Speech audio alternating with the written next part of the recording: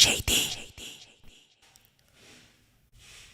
Ang kwentong ito ay hango sa totoong buhay. Mula ito sa isa nating kabayan na itago na lamang natin sa pangalang Jom. Taong 2000, probinsya ng Capiz. Bakasyon noon. Mainit ang panahon. Halos sumisingaw ang init mula sa sementadong kalsada sa lungsod ng Iloilo. Tatlong magkakaibigan ang sabik na magpahinga mula sa hirap ng pagiging estudyante sa kolehiyo. Si Jom, Dodoy at Ray, pawang mga mag-aaral ng engineering sa isang universidad sa Iloilo at kasalukuyang nasa huling taon ng pag-aaral. Si Jom ay 20 taong gulang. Matipuno ang pangangatawan. Medyo tahimik at seryoso sa klase. Apo siya ng isang kilalang albularya sa baryo ng Iloilo, si Lola Bina. May kaunting kalaman si Jom sa mga bagay na may kinalaman sa kababalaghan, pero madalas niyang itinatago ito sa mga kaibigan. Si Dodoy naman 21 taong gulang, ang pinakamasayahin sa kanilang tatlo. Palabiro, palagi may dalang baon na kwento at higit sa lahat malakas kumain. Samantalang si Ray 20 taong gulang lang din, mas maingat at praktikal. Pero kapag nagkakayayaan ang magkakabarkada, siya ang unang sumasama.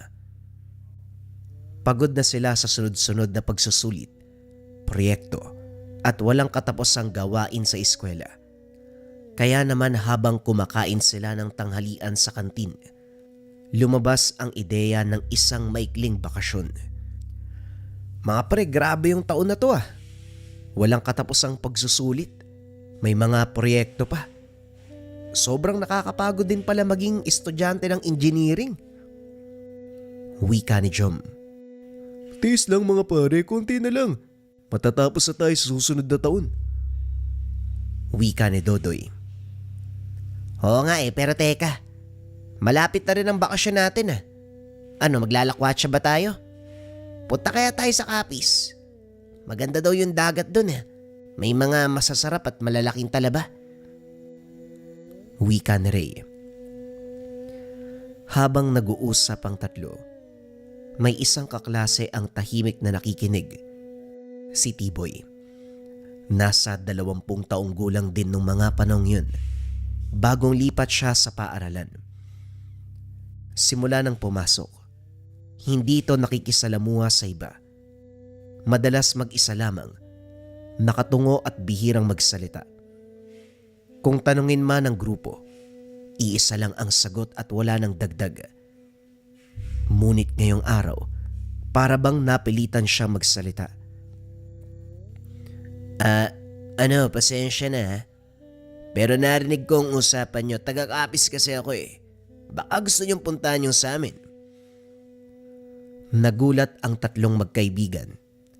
Hindi nila akalain maririnig ang boses ni Tiboy. Abay, ikaw pala yan, Tiboy.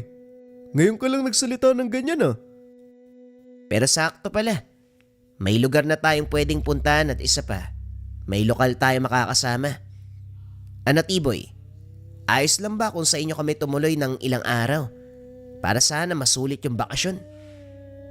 Aba oo naman. Siguradong matutuwa si nanay at tatay kapag nakapunta kayo sa lugar. Sakto rin. Malapit na ang karawan ng kapatid ko. Mas masaya kung may mga bisita akong kasama. Ayos, kaarawan. Sigurado maraming pagkain dun, Tiboy. Buti na lang narinig mo kami. Tahimik si Jom habang nakangiti. Pero hindi tulad ng karaniwang ngiti sa mga kaibigan. May kaakibat itong kakaibang kaba na hindi niya maipaliwanag. Ramdam sa dibdib na malumanay na pangamba. Isang kutob ang bumubulong sa isipan. Mula pagkabata, itinuro sa kanya ni Lola Bina na laging makinig sa sariling pakiramdam, lalo na kung may kinalaman sa mga taong hindi pa lubos na kilala. Sa unang pagkakataon, wari may bumubulong kay Jom na mag-ingat kay Tiboy. Lumipas ang araw, nagpatuloy ang klase. Nang sila'y pauwi na, nagsalita si Jom. Mga pare, seryosong usapan ha. Sigurado ba kayo? Hindi pa natin ganun kakilala si Tiboy eh. Ikaw naman, Jom. Huwag kang nga mapanghusga, pare. Mabait naman siya. Tahimik lang. Kaya napaghihinala ang may sariling mundo. Oo nga, at saka libre ang matutuluyan natin. Libre din ang pagkain. Ano pa bang hahanapin? Ito na yata yung pinakamagandang bakasyon eh. Kayo talaga ho. Kapag libre, palagi kayo nandyan. Basta. Iba kasi yung pakiramdam ko eh. Bahala na kayo pero ako, magdadala ako ng mga gamit na hindi nyo alam. Hindi na kumibo sina Ray at Dodoy. Akala nila ay simpleng biro lang ito ni Jom. Pero sa isip niya, seryoso itong maghahanda ng mga baong proteksyon. Kinagabihan sa bahay nila Jom, nakita niya si Lola Bina na nakaupo sa kusina, abala sa paghahalo at paggawa ng mga gamot mula sa iba't ibang halaman. Matanda na si Lola Bina, subalit kita pa rin ang kanyang lakas at talas ng pakiramdam pagdating sa mga bagay na hindi nakikita ng iba. Magandang gabi po, Lola. Mano po sa inyo? Nga pala, may gusto po sana akong sabihin eh. Gabi ka na namang umuwi, Jom. Ano ba yon? Gagala na naman kayo ng mga kaibigan mo, ano? Opo, Lola. Hindi pa nga ako nagsasalita. Alam mo na kaagad yung sasabihin ko. Syempre naman, Jom. Kilala na kita. Wala kang may tatago sa akin. Pero bakit? Saan ba kayo pupunta? May lakad lang po kami ng mga kaibigan ko sa Capiz po. Sa lugar nila Tiboy, kaklase po namin. Biglang natigilan si Lola Bina sa paghahalo ng halamang gamot. Tumigil sa paggalaw. Tumango. Tumingin ng matalim sapo. Halatang may halong pag-aalala at pagtataka.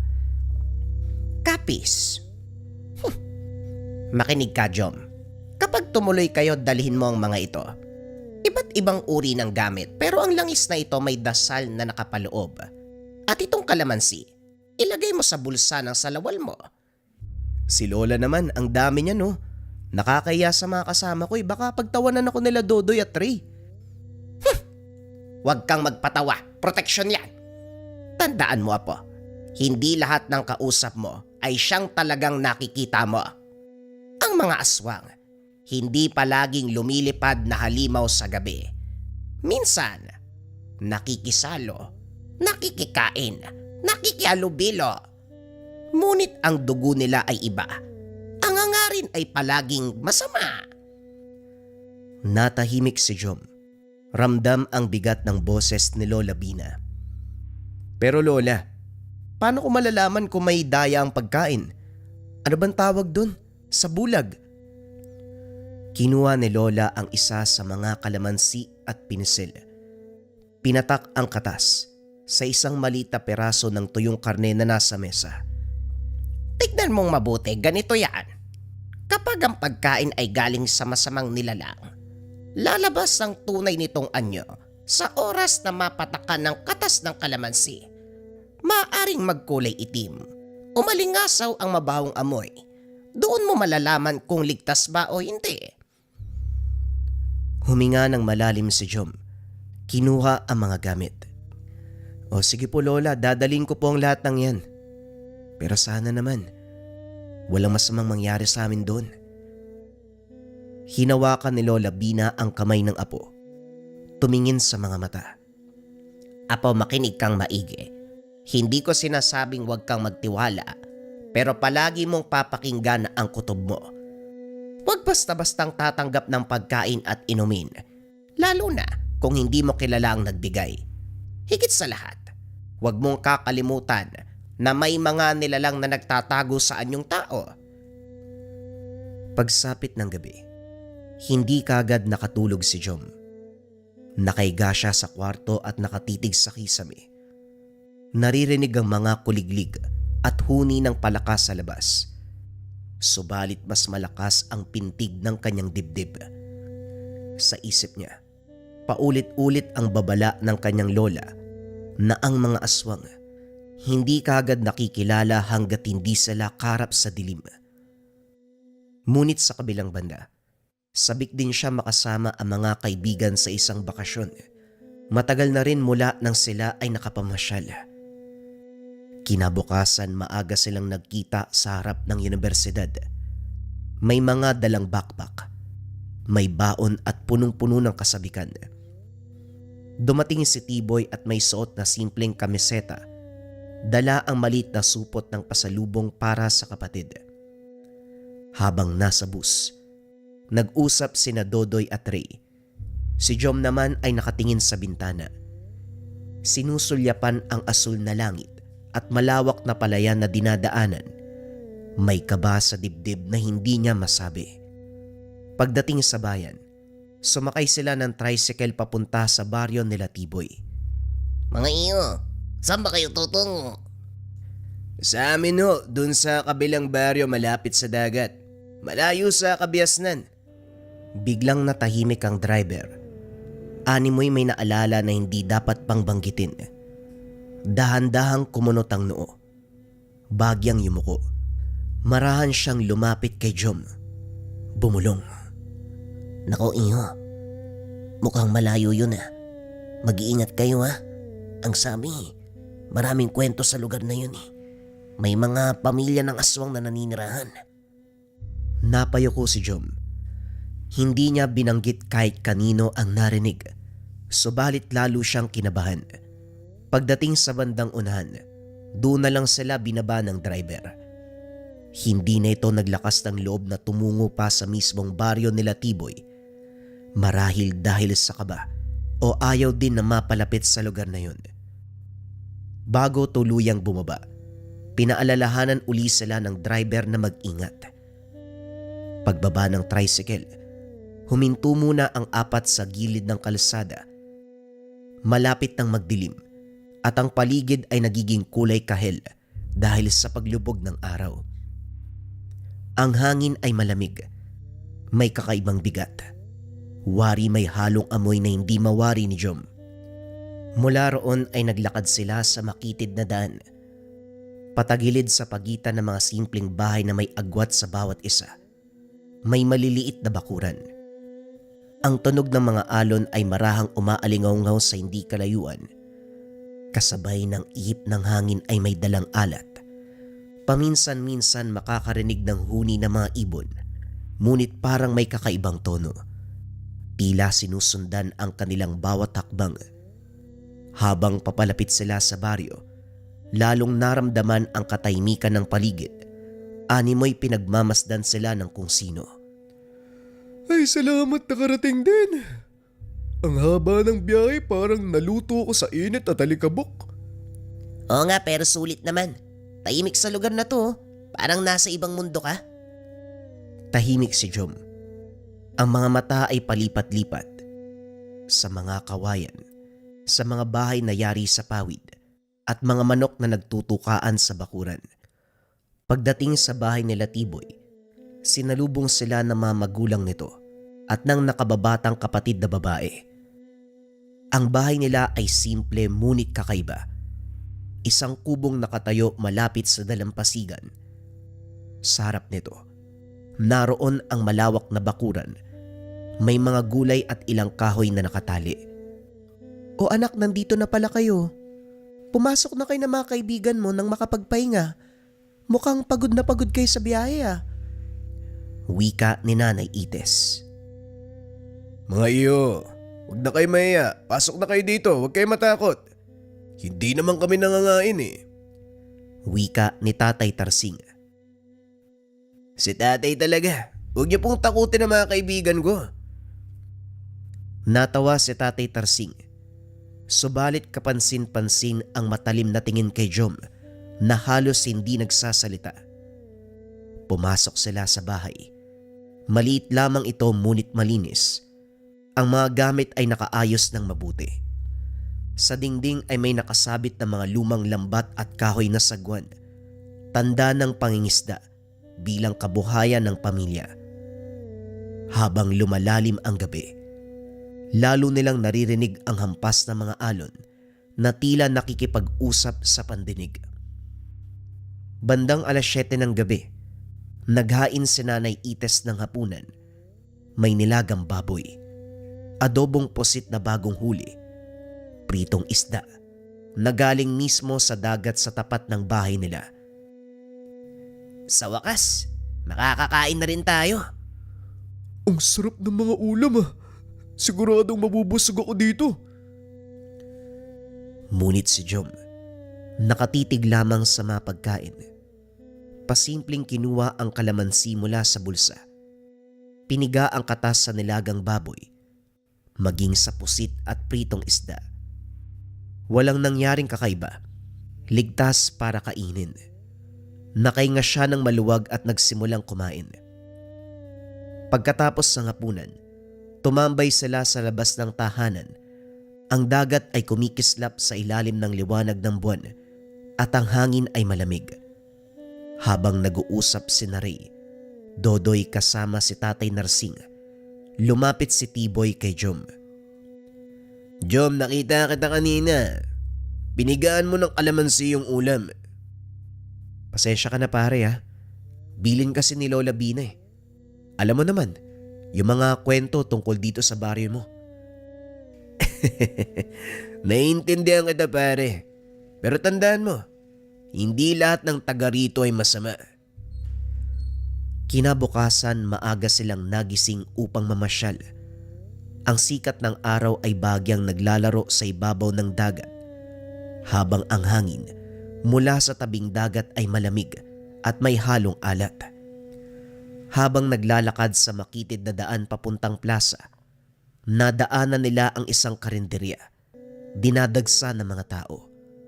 Ang karinderya ni Aling Belen. Sikat ito dahil sa masarap na lugaw, lalo na sa mga dayo at turista na dumadaan sa dalampasigan. Kitang-kita ang usok na nagmumula sa malaking kawa. Amoy na amoy ang bango ng sabaw na tila tumatagos sa bawat daanan. Pare, amoy palang panalo na. Bili tayo oh. Oo nga, gutom na rin ako eh. Sabi ng iba, sikat daw dito yung lugaw niya dahil maraming sahog. Kagad silang pinigilan ni Tiboy. Tumayo at tumingin ng seryoso. Huwag kayong bibili dyan. Huwag nyo nang subukan. Nagulat si Ray at Dodoy. Halos hindi makapaniwala sa sinabi. Ha? Eh bakit naman ang daming kumakain oh? Hindi nyo naiintindihan. Hindi basta lugaw ang binebenta ni Aling Belen. Kaya nga, hindi siya binibili ng mga taga rito eh. Ang mga sangkap niya, hindi lahat galing sa manok. At yung iba delikado, hindi para sa ordinaryong tao. Natigilan si Jom. Bumalik sa isip niya ang mga bilin ni Lola Bina tungkol sa kalamansi. Doon niya napansin na kakaiba ang sabaw sa kawa. Hindi kulay dilaw na karaniwang lugaw. Sa mismong sandaling yun, lumabas si Aling Belen mula sa loob ng karinderya. Nakaputing duster. Payat ngunit matalim ang titig na parabang kayang basagin ang bawat sulok ng isip ni Jom. Nakatingin siya direkta kay Jom at ang ngiti niya, kahit kaakit-akit sa unang tingin, may dalang panganib. May kasamang babala na hindi maipaliwanag. Mga iho, bakit hindi kayo pumasok? Tikman niyo ang pagkain. Siguradong mabubusog kayo. Nalaglag ang tingin ni Jom sa mga kamay at doon niya napansin na may bakas ng dugo sa kuko ni Aling Belen. Kagad itinago ni Aling Belen ang kamay sa likod ng duster. Sapat na ito para magdulot ng matinding kaba. Bumilis ang tibok ng puso ni Jom. Parang tutulo ang bawat patak ng dugo sa isipan. Natigilan ang tatlo nang biglang lumapit si Aling Belen. Ang kanyang mga mata, tila nanunuot sa kaluluwa ng sino mang titignan niya. Hindi kumarap si Jom. Pilit na nilalabanan ang kakaibang kaba na bumabalot sa dibdib. Sige na mga iho. Pumasok na kayo. Mainit-init pa ang lugaw. Maraming sahog. Wala kayong ibang matitikman na kasing sarap nito. Nag-iisa lang sa baryo namin. Bagyang ngumiti si Ray. Halatang natutukso. Pare, baka naman nag-iinarte lang yung mga taga rito. Baka hindi totoo yung sinasabi ng mga tao. Ray, huwag kang magpapadala. Hindi lahat ng pagkain ay dapat mong tikman. May dahilan kung bakit walang taga-baryo ang bumibili dito. Tahimik lang si Dodoy. Ngunit hindi pa rin niya maitago ang pagtulo ng laway sa amoy ng mainit na lugaw. Amoy pa lang siguradong magugutom ka na. Habang nag-uusap, napansin ni Jom na sa gilid ng karenderya may nakatabing malaking sako. May tumutulong likido mula rito, malapot at kulay pula. Tila hindi dugo ng hayop, kundi masyadong sariwa, parang dugo ng tao. Kagad niyang hinila si Tiboy. Itinuro ito ng pasimpleng senyas. Nakita rin ni Tiboy. Nagpalitan ng tingin, sabay kipit balikat na parang sinasabing tama ang kanilang hinala. Sumabat si Aling Belen. Narinig ang bulungan nila. Mga iho, huwag kayong mag-alala. Malinis at ligtas ang mga niluto ko. Lalong tumindig ang balahibo ni Jom. Hindi siya nagsalita. Bagkus ay hinila na lamang si Ray at Dodoy palayo. Kailangan na nating umalis. Baka kung ano pa mangyari dito. Naglakad sila ng mabilis palayo sa karenderya. Pero bago pa sila tuluyang nakalayo, sumilip muli si Jom. Nakita niyang may dalawang lalaki. May estranghero din. Ang pumasok sa karenderya at kagad umupo. Tuwang-tuwa si Aling Belen habang binibigyan sila ng pagkain. Habang naglalakad pabalik sa tabing dagat, hindi na nakapagpigil si Ray. Pare naman, baka nagkamali tayo. Kung totoo yung sinasabi ninyo, bakit ang daming kumakain dun? Wala namang nangyari sa kanila, di ba? Ray, hindi mo alam. Marami nang nawala dito. Mga turista, mga dayo. Madalas sila yung huling nakikitang kumakain sa karenderya ni Aling Belen. Hindi na sila nakakauwi. Tahimik si Dodoy. Sa unang pagkakataon na wala ang kanyang gana, ang tiyan na kanina ay kumakalam, ngayon ay nanglalamig na. Samantalang si Jom, muling nakaramdam ng bigat sa dibdib. Ang mga bilin na Lola Bina, paulit-ulit na umaalingaw-ngaw sa kanyang isipan na mag-ingat lalong-lalo na sa pagkain. Sa pagbalik sa bahay sa tabing dagat, ramdam ng lahat na hindi na ito simpleng bakasyon. Sa hindi kalayuan, may mahinang tawa ang sumasabay sa hampas ng alon. Alam nila na mula to kay Aling Belen. Kinagabihan habang payapang nakaiga si Ray, Dodoy at Tiboy sa banig, hindi makatulog si Jom. Sa labas ng kubo nila Tiboy, malakas ang hampas ng alon, kasabay ng mahinang ugong ng hangin. Sa bawat pagdampi ng malamig na simoy sa kanyang balat, lalo lang itong kinikilabutan. Kagad napatingin sa liwanag ng buwan na tumatama sa alon. Sa hindi kalayuan, may anino siyang napansin. Isang tao na may buhat-buhat na sako.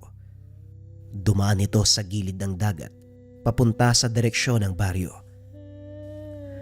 Pare, gumising ka. May tao sa labas. May dalang sako, tignan mo. Dumungaw si Tiboy at nakita din ang nilalang. Ang lakad nito ay mabigat at nahihirapan. Parang pasan ang isang bangkay. Hindi nila makita ang muka dahil natatakpan ng ulap ang buwan. Ngunit ramdam nila, hindi ordinaryo ang dala nito. Hindi na nagdalawang isip si Jom. Kinalabit din si Ray at Dodoy. Pagkahawak niya sa balikat ni Dodoy, bigla itong nagising. Ano ba pare? Anong oras pa lang oh? Anong kailangan mo? O bakit? Ano bang meron? Tignan niyo yung nilalang sa hindi kalayuan. Parang kakaiba eh. Mangingisda lang yan. Lambat o hindi kaya huling mga isda yung dala niyan. Hindi ganyan ang itsura ng bitbit ng mangingisda. Masyadong mabigat, masyadong tahimik. Nagpa siya silang sundan mula sa malayo. Lumabas ang 4 ng tahimik sa kubo. Ang buhangin ay malamig sa kanilang mga paa. At ang dagat ay wari nakikinig din sa kanilang bawat hakbang. Habang sinusundan ang nilalang, napansin nila na dumiretso ito sa isang makitid na landas, papunta sa likod ng karinderya ni Aling Belen. Pagkarating doon, tumigil ito at binaba ang sako. Doon sa ilalim ng maputlang liwanag ng buwan, gumulong palabas ang nilalaman. Isang katawan ng lalaki. Sigurado sila na dayo ito.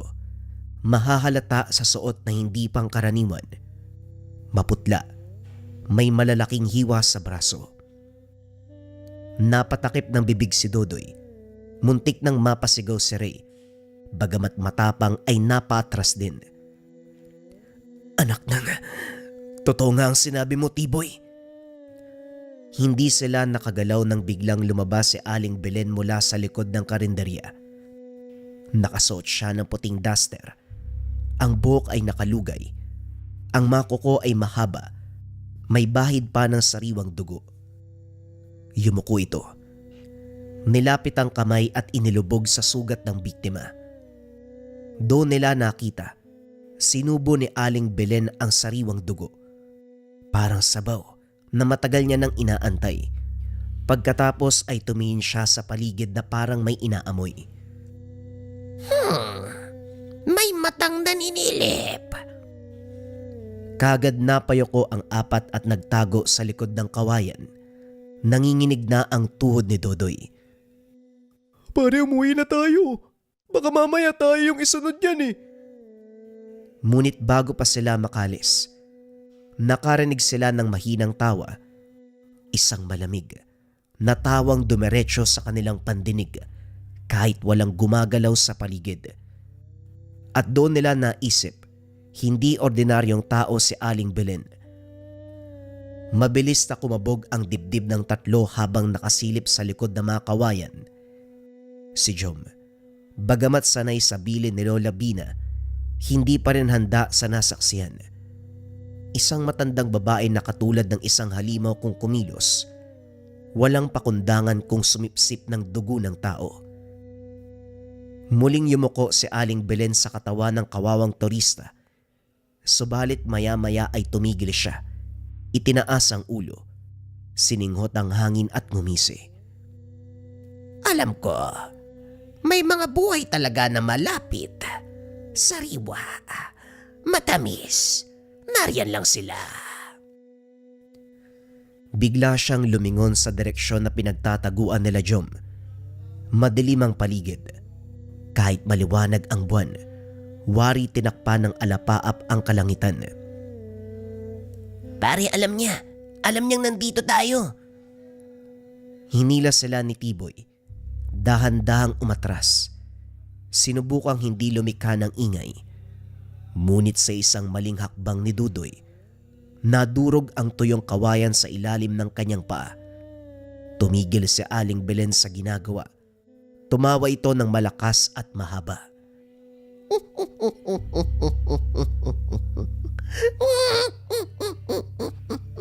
May bisita. Sa isang iglap hindi na siya naglakad, kundi tumalon ng napakataas. Diretso sa bubong ng karinderya. Ang mga kuko ay kumikislap sa liwanag ng buwan, parang mga pangil na handang tumagit. Kagad kumaripas ng takbo ang 4 pabalik ng bahay nila Tiboy. Ang buhangin humahalik sa kanilang mga paa, habang ang alon nakikiisa sa kaba ng bawat isa. Pare, ang bilis niya. Parang lumilipad, pare. Huwag kayong hihinto. May dala akong pangontra. Makakatulong to. Habang tumatakbo, Naririnig nila ang mga yabag sa itaas ng puno, kasabay ng nakakabinging huni ng mga paniki. Sa bawat kislap ng buwan, nakikita nilang nakasunod si Aling Belen, nakalundag mula sa bubong patungo sa kawayan, parang mabangis na pusa na naglalaro sa mga daga. Nang marating ang kubo, kagad binuksan ni Tiboy ang pintuan. Pumasok silang lahat, hinihingal at kagad sinara. Si Jom naman, ibinuhos ang asin sa mga bintana at pintuan. Makalipas ang ilang sandali, narinig nila ang tunog ng kuko na kumikiskis sa bubong. Kasunod ang boses ni Aling Belen. Hindi kayo makakatakas. Naaamoy ko ang inyong tugo. Nagtago sila sa dilim habang nanginginig si Dodoy. Ano ba naman tong nangyayari sa atin? Paano na tayo? Ayoko pang mamatay. Magtiwala lang tayo. Hindi niya kayang pumasok dito ng basta-basta kung may asin at bawang. Pero hindi ibig sabihin nito, ligtas na tayo. Hahanap siya ng ibang paraan para lang makuha tayo. Sa labas tumigil ang tinig ni Aling Belen. Tahimik ang lahat. Ang tanging naririnig ay ang hampas ng alon sa dalampasigan. Subalit alam nilang apat na hindi pa tapos ang gabi. Sa kabila ng katahimikan, ramdam nila na hindi pa umaalis si Aling Belen. Para bang nakadikit ang kanyang presensya sa mismong hangin at bumabalot sa bawat sulok ng kubo. Si Dodoy, nanginginig at pawis na pawis, nakasiksik sa dingding. Mga pare, hindi ko na kaya. Para ako mababaliw eh. Yung amoy parang patay na daga na pumapasok sa ilong ko eh. Labanan mo, Dodoy. Huwag kang magpapadala. Biglang umalingaw-ngaw ang tinig ni Aling Belen. Hindi mula sa labas, kundi mula sa loob ng kanilang isipan. Halika, Dodoy. Gutom ka, hindi ba? May mainit akong lugaw para sa'yo. Masarap. Malinamnam. Tikman mo. Napapitlag si Dodoy. Halos tumayo. Mabilis siyang pinigilan ni Ray. Hoy, wag kang lalabas. Naririnig mo lang yan sa isip mo. Kaso nga lang hindi doon natapos ang lahat. Ang tinig ay bumaling kay Ray. Ikaw naman, naaalala mo ba ang tatay mo? Sakitin, naghihirap. Pero kung sasama ka sa akin, mapapagaling siya. Lahat ng yaman, lahat ng lakas ay makukuha mo. Napalanok si Ray. Para bang may parte sa isipan niya na gustong maniwala, sapagkat kagad pinikit ang mga mata at tinakpan ng tenga. Hindi ang totoo. Tumigil ka. Si Jom, ramdam ang bigat ng boses sa paligid. Kinuha ang maliit na bote ng langis mula sa bag. Dinampot din ng bawang at asin. Tiboy, tulungan mo ko. Ilagay natin to sa sulok ng bahay. Kailangan palakasin natin ang proteksyon. Magkasabay nilang nilagyan ng asin ang mga bintana. Ipinatong ang bawang sa bawat sulok. Pagkatapos, binuksan ni Jom ang bote ng langis. Pinatak sa sahig. Pinaikot. Parang guwit na bilog. Pagkatapos gawin ng bagay na ito, biglang umalingaw-ngaw ang isang napakalakas na sigaw mula sa labas. Isang sigaw na puno ng galit at pagkagutom. Mga hangal, hindi niyo ko matatakasan. Sa oras na humina ang liwanag, sa oras na magkulang ang inyong bantay, kayo ang susunod na magiging putahe ko. Dumagungdong ang alon sa dagat. Lumakas ang hangin. Ang bubong ng kubo ay nag-ingay. Para bang pinaghihigante ng gabi ang pagtataboy nila sa nilalang. Ngunit sa kabila ng lahat, nakahinga sila ng maluwag. Alam nilang kahit papano, nakapaghanda sila. Subalit malinaw sa kanila na hindi magtatagal, muli silang susubukan ni Aling Belen. Gabi pa rin ang mga oras na ito. Nakasiksik silang lahat sa loob ng kubo. Nakapako ang tingin sa dilim. Halos hindi makagalaw. Bawat kaluskos sa labas ay parang dagok sa kanilang dibdib. Ang amoy ng bawang at asin ay nangingibabaw sa hangin. Hindi nagbigay ginhawa, kundi lalo pang napaigting ng kaba. Wari ba? Higit na ikakagalit ng nilalang na nag-aabang. Muling sumingaw ang tinig. Ngayon hindi na ito bulong sa isipan. Malinaw, malakas, dumadagongdong mula sa bubungan. Huwag na kayong magtago. Walang asin, walang bawang, walang langis na makakapigil sa akin kung gugustuhin ko kayong pasukin. Sunod-sunod na dagundong ang yumanig sa bubong. Mabibigat na yapak. Tumatalon at pumapadyak. Wari pilit na binubutas ang pawid. Nagising ang mga magulang ni Tiboy sa ingay na tila nagbabantang guguhong langit. Diyos ko, anong nangyayari dito, Tiboy? Ano ba to? Nay, si Aling Belen ho. Kagad sumabat sa usapan ang kanyang ama. Nanlilisik ang mga mata. Wala ka talagang pinipili, Belen. Dito pa mismo sa pamamahay namin. Anong gagawin natin? Nandito na siya. Sa kabila ng takot ay tumindig si Jom. Maigpit at matigas ang boses niya. Huwag kayong bibigay. Lalaban tayo. Tiboy, hawakan mo ang sako ng asin. Ray, ikaw dito sa bawang. Doy, sindihan mo yung kalan. Bilisan mo! Kahit nanginginig kagad na kumilos, si Dodoy ay nagsindi ng apoy gamit ang uling at kahoy. Si Ray, kagad dinurog ang bawang, hinaluan ng langis. Si Tiboy ay maigpit din ng pagkakahawak sa sako ng asin. Lahat ng ito ay hinaluan ng langis. Sa isang iglap, bumagsak ang kalahati ng bubong. Napasigaw sina Tiboy at Ray. Mula sa guwang ng pawid, lumitaw ang anino ni Aling Belen. Maitim, payat, halos butot balat. Kumikinang ang kanyang mga mata na tila nagliliyab. Ang mga kuko ay mahabat matalim na parang sandata. Ngayon wala na kayong lakas. Sa akin na kayo. Bumagsak siya mula sa bubungan. Subalit mabilis si Jom. Binato ang hawak na mga pangontra sa katawan ni Aling Belen. Umusok ang balat nito at napatras. Sumigaw ng napakalakas. Mga walang iya kayo! Ikaw ang walang hiya, Belen. Mga bisita pa ng anak kong pinunteriya mo. Tay, Nay, pumasok na ho kayo ng kwarto. Kami na ho ang bahala dito. Hindi nag-aksaya ng oras si Ray.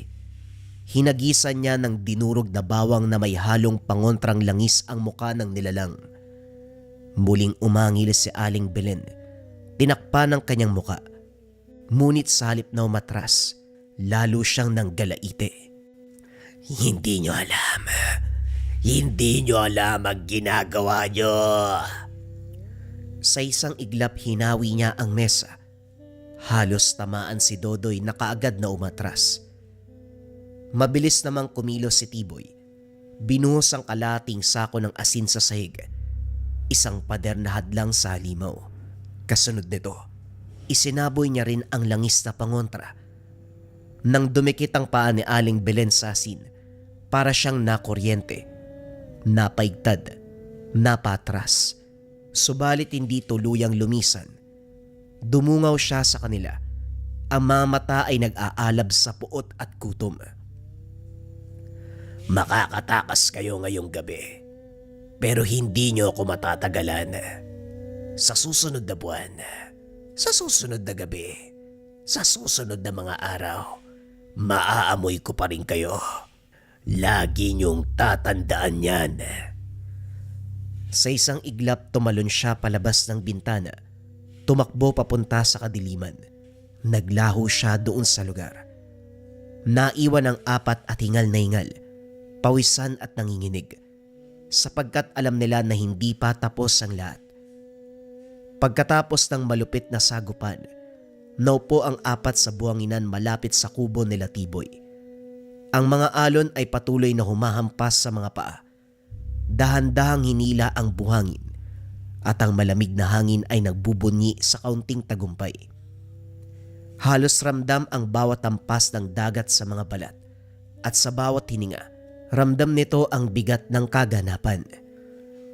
Hindi ko na kayang ulitin to, grabe. Jom, parang mamamatay na tayo dun ah. Tama si Dodoy, yung lakas niya parang hindi tao eh. Si Jom ay nakatingin sa dagat. Hawak ang bote ng langis at asin. Malinaw sa kanyang mga mata ang kaba, pero may kasabay na determinasyon. Ramdam ang bigat ng responsibilidad sa mga balikat. Alam niyang hindi sila pwedeng bumitaw sa gitna ng panganib. Hindi tayo pwedeng tumakas. Kung aalis tayo ng walang laban, kahit sino pang tao magpunta dito, mabibiktima. Ang pinakamabisang gawin natin ay magplano ng maaga. Kailangan natin ng proteksyon. Mahalagang malaman din kung anong mga kainaan niya. Tahimik silang nag-isip. Bawat isa ay pinipigilan ang sariling takot. Hanggang sa muling nagsalita si Tiboy. Alam nyo, nung kabataan ko, nakita ko na ang mga yanggaw dito sa baryo. May mga paraan para mapigilan sila. Hindi basta makakatagos kung gagamitin ang mga lamang gamot, bawang, asin at langis. Pero kailangan maging matalino tayo. Hindi pwedeng sumunod na lang kaagad o baka mas mapahamak tayo kapag walang naisipang plano. Anong gagawin natin? Paano natin malalabanan yung isang nilalang na katulad nun? Una, kailangan nating gumawa ng bakod na panangga sa kubo. Asin sa bawat sulok, sa bawat bintana, langis lagyan din natin. Yun ang unang hakbang para hindi basta makapasok ang nilalang. At sa oras na makapasok siya sa lugar, kailangan natin mag-isip ng paraan na humina siya at doon natin siya mapapatay.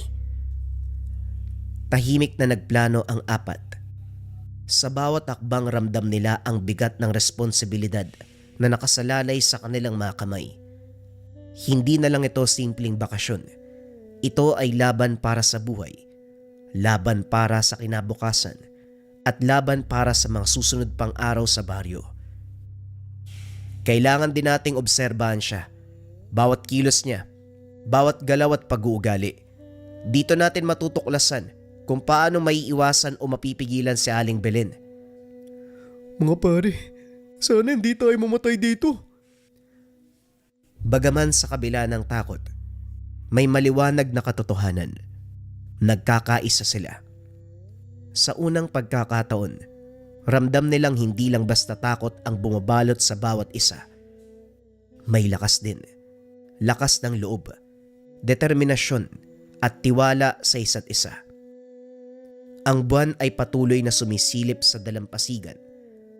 Naglalarawan ng gabi na puno ng panganib, subalit may bahid ng pag-asa. Ang mga bituin, nakikinig sa kanilang mga plano at sa bawat hampas ng alon, naririnig din ang paalala na hindi pa tapos ang laban.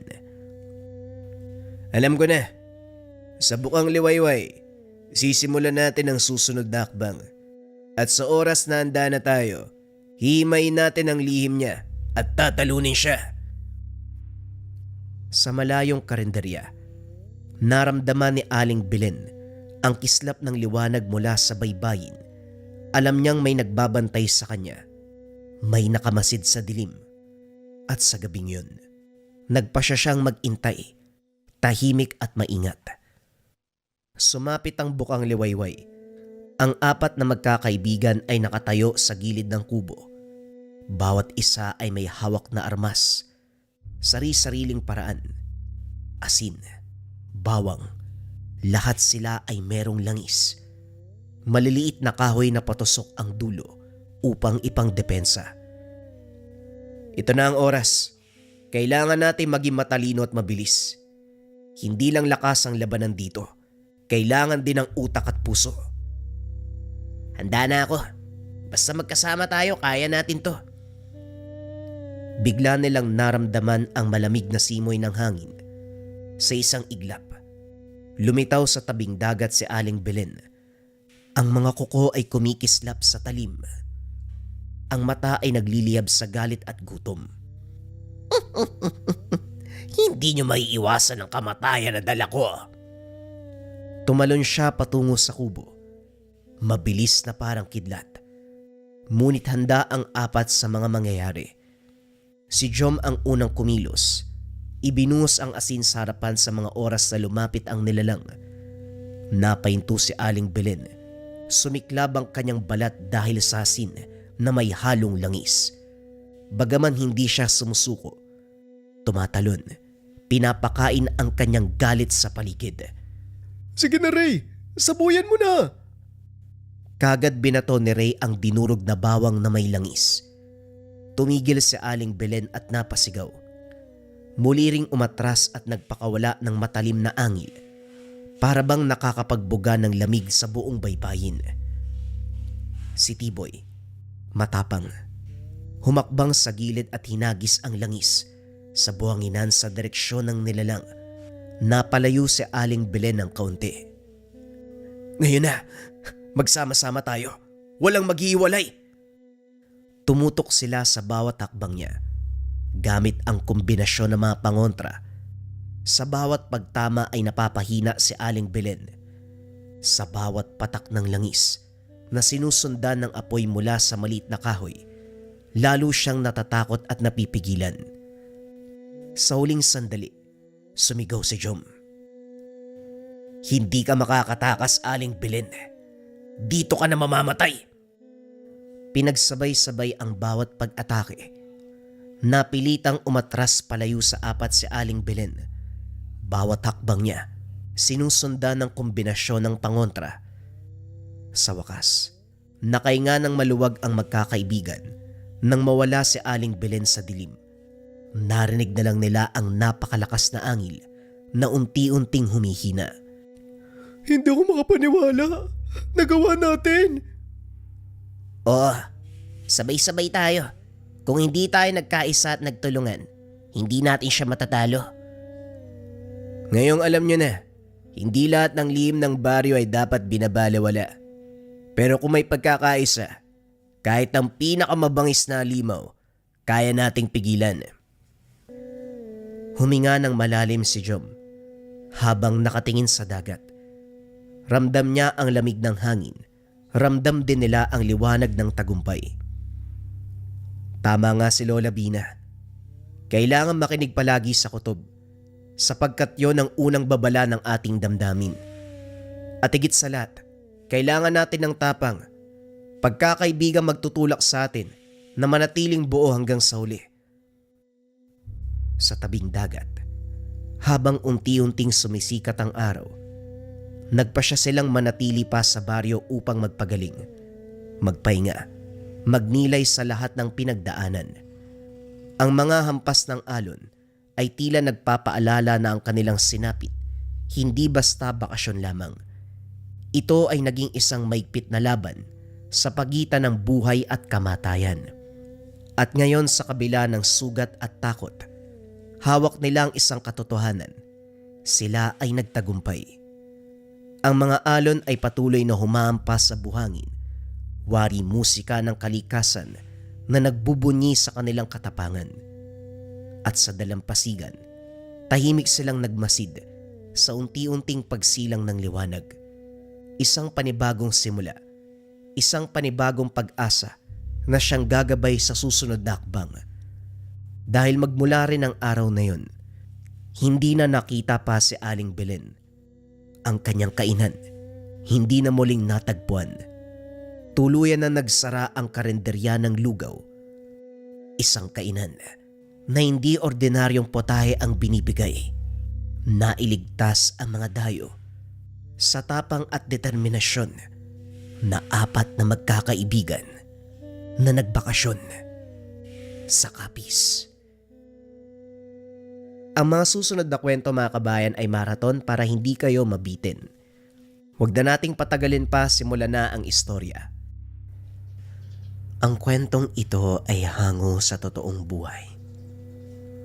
Mula ito sa isa nating kabayan na itago na lang natin sa pangalang Noah. Taong 1999, Visayas. Lumaki si Noah sa pangangalaga ni Lolo Igo. Sa maliit nilang baryo, hindi na bago sa kanya ang kasakiman ni Kapitan Mauro. Bata pa lang siya, alam niya nang hindi patas ang pamamalakad. Mula sa pangingikil sa mga tao hanggang sa pangaagaw ng lupa. Lahat ay ginagawa ng kapitan para sa pansariling kapakanan. Isang hapon, habang naglalakad si Noah pauwi mula sa gubat, nakita niya ang mga tauhan ng kapitan sa tapat ng bahay. Hawak ng mga ito ang isang papel na may tatak ng munisipyo. Ano pong ginagawa niyo dito? May utos ang kapitan. Kailangan nang umalis ang lolo mo sa lupang to. Ano? Matagal na kami dito ah. Wala kayong karapatan na palisin kami, no? Mula sa loob ng bahay ay lumabas si Lolo Igo. Marahang lumakad palapit sa kanila. Bagamat mahina na matatag pa rin ang tindig. Sabihin mo sa kapitan nyo, hindi niya pagmamay-ari ang lupain. May kasulatan ako mula pa sa mga ninuno ko. Hindi natinag ang mga tauhan. Isa sa kanila ang lumapit kay Lolo Igo. Hinablot ang papel mula sa kanyang kamay. Ang sabi ng kapitan, wala nang bisa ang kahit anong kasulatan. Matapos ng kaganapan, umalis na ang mga tauhan. Hindi matanggap ni Noah ang sinapit nila. Kaso nga lang, wala din siyang magagawa. Isang araw habang pauwi si Noah mula sa gubat, natigilan siya nang makarinig ng malakas na sigaw mula sa kanilang tahanan. Dali-dali siyang tumakbo papunta sa lugar. Pagdating sa harapan ng kubo, tumambad ang nakakakilabot na tagpo. Si Lolo Igo, nakalohod sa lupa, duguan, habang nakatayo sa harapan niya si Kapitan Mauro at ang matabang alalay nito na si Ambo. Lolo! Wala siyang pakialam kung sino ang karap. Kagad nilapitan ng matanda at niyakap. Tinignan ng sugat sa noo at pisngi. Napakatigas ng ulo ng lolo mo, Noah. Ilang beses ko nang sinabi na umalis kayo rito. Pero nandito pa rin kayo. Ayaw niyo bang sumunod sa utos? Hindi sumagot si Noah. Sa halip ay tinignan ng kapitan. Puno ng galit ang mga mata. Kahit na, wala kang karapatan na saktan ng lolo ko. Bago pa makatayo ng maayos, sinipa siya ni Ambo sa tagiliran. Napalugmok siya sa lupa. Ramdam ang sakit na parang may sumisigaw sa loob ng kanyang katawan. Sinundan pa ito ng isang suntok sa kanyang muka, dahilan para lumabo ang paningin. Aba, matapang ka rin ha? Baka gusto mong ikaw naman yung sumunod sa lolo mo. Teka, kumalma ka, Ambo. Hayaan mo lang siya. Hinawakan niya ang buhok ni Noah at pilit na itinayo. Sa kabila ng sakit, pilit niyang binuksan ang mata. Nakita niya ang lolo na pilit ding bumabangon. Nanginginig ang mga kamay habang tinutukod ang sarili sa lupa. Apo, maawa kayo. Tama na. Aba, lakas ng lobong magsalita ah. Kung hindi ka lang sana nagbatigas, hindi tayo aabot sa ganito. Muling itinulak ang matanda, dahilan para bumagsak ito sa lupa. Tumama ang ulo sa bato. Tama na. Tama na, maawa kayo sa amin. Muli siyang sinikmuraan ni Ambo hanggang sa nawalan ng malay si Noah. Matapos ng pananakit ni Mauro at Ambo, tinigil nila ang ginagawa. Naiwan si Noah at ang kanyang lolo sa lupa. Parehong nangihina at halos hindi na makagalaw. Ito na ang huling babala para sa inyo. Sa susunod, tutuluyan namin kayo. Lumakad na papalayo ang kapitan kasama ang alalay. Paulit-ulit silang tumatawa hanggang sa unti-unting naglaho sa dilim. Habang nakandusay sa lupa, may malamig na hangin ang dumampi sa mukha ni Noah. Kinabukasan, nanatili si Noah sa bahay habang nagpapahinga si Lolo Igo. Halos hindi makatulog buong gabi sa sakit ng katawan at bigat ng kalooban. Sa bawat paghugot ng hininga, paulit-ulit niyang naaalala ang ginawang kalupitan ni Kapitan Mauro at Ambo. Hindi niya napigilan ng sarili. Lumabas siya ng bahay at nagtungo sa likuran, sa may kakahuyan kung saan siya madalas magpupunta kung gusto niyang mapag-isa. Naupo sa ilalim ng isang punong kahoy, maigpit na hinawakan ang damuhang nasa kanyang palad. Ano ba naman to? Kailan ba matatapos yung paghihirap namin? Wala na nga kaming laban, inahalipos na pa kami. Napatigil siya sa pagsasalita. Isang malamig na simoy ng hangin ang dumampi sa kanyang muka. Napansin niya, may gumagalaw sa maliit na punso malapit sa kanyang kinauupuan. Dahan-dahang bumukas ang butas nito. Mula doon lumabas ang isang kakaibang nilalang. Pulang duwende. Maliit lang ang sukat nito, pero nakatitig sa kanya. Bakit ka nandito? At saka, nararamdaman ko ang galit sa iyo. Nanlaki ang mga mata ni Noah. Tatakbo sana pero hindi maigalaw ang katawan. Ngumiti ang duwende. Naglakad papalapit sa kanya. Pwede mo kong tawaging pula. Napukaw mo ang aking atensyon dahil sa matinding galit. Anong nais mong mangyari? Sabihin mo sa akin. Napatahimik si Noah. Hindi siya sigurado kung panaginip ba ang lahat ng ito o totoong may duwende sa harapan. Sa pagkakataong iyon, wala siyang ibang inisip kung hindi hangaring makapagigante sa mga taong umape sa kanila. Gusto ko maging malakas. Ayoko natatakot na lang palagi eh. Gusto ko ipagtanggol yung lolo ko. Pero hindi nga lang yung lolo ko eh. Yung buong baryo. Kasi lahat kami inaapi dito eh. Sa totoo lang, wala akong pakialam sa rason mo. Basta merong galit at pag-iigante, akong bahala. Mula sa maliit na kamay ng elemento, lumabas ang pulang bato. Kumikislap kahit tirik pa ang araw. Gamitin mo ang bagay na to sa mga nais mong gawin. Lalabas ang tunay na lakas ng bato kapag handa ka na. Inabot ni Noah ang maliit na pulang bato. Nang lumapat ito sa kanyang palad, naramdaman ang mainit na enerhiya dumadaloy papasok sa katawan. Kung sakaling merong kang katanungan o kailangan mo ng tulong, sambitin mo lang ang pangalang pula. Darating ako. Hindi na nakapagsalita si Noah. Ibinaling ang tingin sa bato na nasa kamay. Pag-angat niya ng tingin upang kausapin muli ang pulang duwende, wala na ito. Naglaho na parang bula. Napahawak siya sa dibdib. Ramdam pa niya ang kakaibang init sa katawan. Ano bang nangyayari? Totoo ba to? Magmula ng araw na yon ay hindi na mapakali si Noah. Paulit-ulit niyang iniisip kung totoo ba ang nangyari o isang panaginip lang. Ngunit sa tuwing hawak niya ang pulang bato, ramdam niya ang kakaibang sigla. Isang pakiramdam na hindi pa nararanasan noon pa man. Maliwanag pa ang araw nang muling dumating si Ambo sa baryo kasama ang 2 tauhan ni Kapitan Mauro.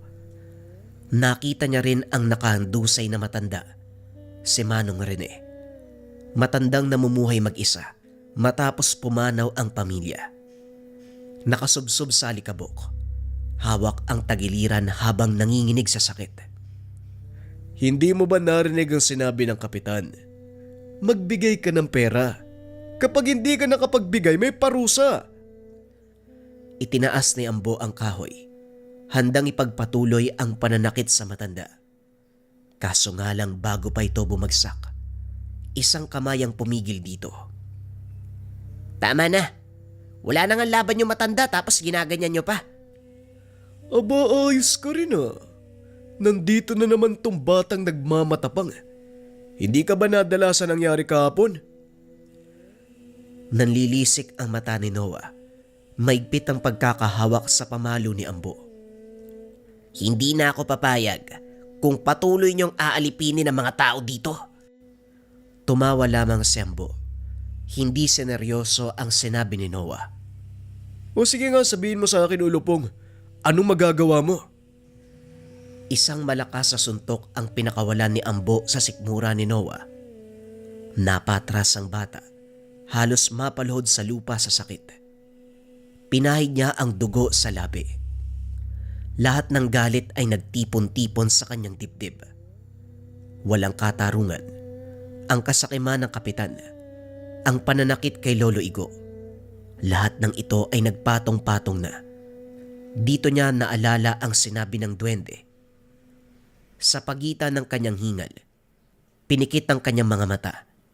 Marahang binigkas ang salitang sinabi sa kanya ng duwende. Pula, kailangan kita.